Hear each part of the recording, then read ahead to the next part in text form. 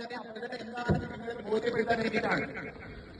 ബസ്സിൽ നിന്ന് ഇറങ്ങി വരുന്ന ഒരു കുട്ടി ഈ സൈഡിലൂടെ ഇവിടെ ഇറങ്ങി നിൽക്കുമ്പോൾ അതിന്റെ ഉള്ളിൽ ഇരിക്കുന്ന ഡ്രൈവർ ആ കുട്ടിയെ കാണാൻ കഴിയില്ല.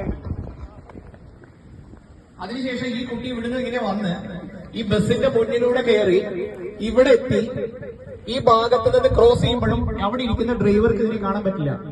ഇതിനെയാണ് ബ്ലൈൻഡ് സ്പോട്ട് എന്ന് പറയാ.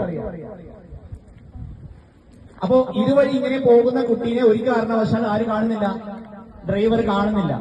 അപ്പോ ഒരു ബസ്സിന്റെ മുന്നിലൂടെ ജീവിതത്തിൽ ഒരിക്കലും ഇതുപോലെ നിങ്ങൾ ക്രോസ് ചെയ്യാൻ ശ്രമിക്കരുത്. മിനിഞ്ഞാന്നുണ്ടായ അപകടത്തിന്റെ വ്യാപ്തി അത്രത്തോളം വലുതാണ്.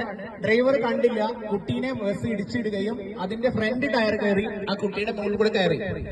അത് മാത്രമല്ല, അത് കഴിഞ്ഞ് ബാക്ക് ടയറും ആ കുട്ടിയുടെ മേലെ കൂടെ കയറിയിട്ടാണ് ബസ്സിലെ ഡ്രൈവർ അറിയുന്നത്. അപ്പൊ ബ്ലൈൻഡ് സ്പോട്ട് എന്താണെന്ന് നിങ്ങൾ വ്യക്തമായിട്ട് മനസ്സിലാക്കിയിരിക്കണം. ഇത് ടെക്സ്റ്റ് ബുക്കിലോ മറ്റു കാര്യങ്ങളോ നമ്മളെ പഠിപ്പിക്കുന്ന കാര്യമല്ല. അതായത് ബ്ലൈൻഡ് സ്പോട്ട് എന്ന് പറഞ്ഞു കഴിഞ്ഞാൽ അവിടെ ഇരിക്കുന്ന ഡ്രൈവർക്ക്, ആ ഡ്രൈവർ സീറ്റിൽ ഇരിക്കുന്ന ആൾക്ക് ഈ ദൂരത്ത് നിന്നാൽ മാത്രമേ കാണാൻ കഴിയുള്ളൂ. ഇവിടുന്ന് അങ്ങോട്ടുള്ള ഇത്രയും ദൂരത്തിൽ പറയുന്ന പേരാണ് ബ്ലൈൻഡ് സ്പോട്ട്.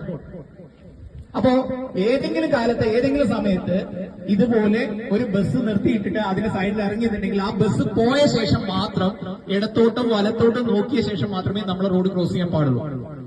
ഈ ഒരു കാര്യം നിങ്ങൾക്ക് മനസ്സിലാവാൻ വേണ്ടിയിട്ടാണ്. താങ്ക് യു മോളെ. മോളുടെ പേര് റിഫ. അത് വളരെ ഭംഗിയായിട്ട് സഹകരിച്ചു. റിഫയ്ക്ക് എന്റെ വക സമ്മാനം. Thank you.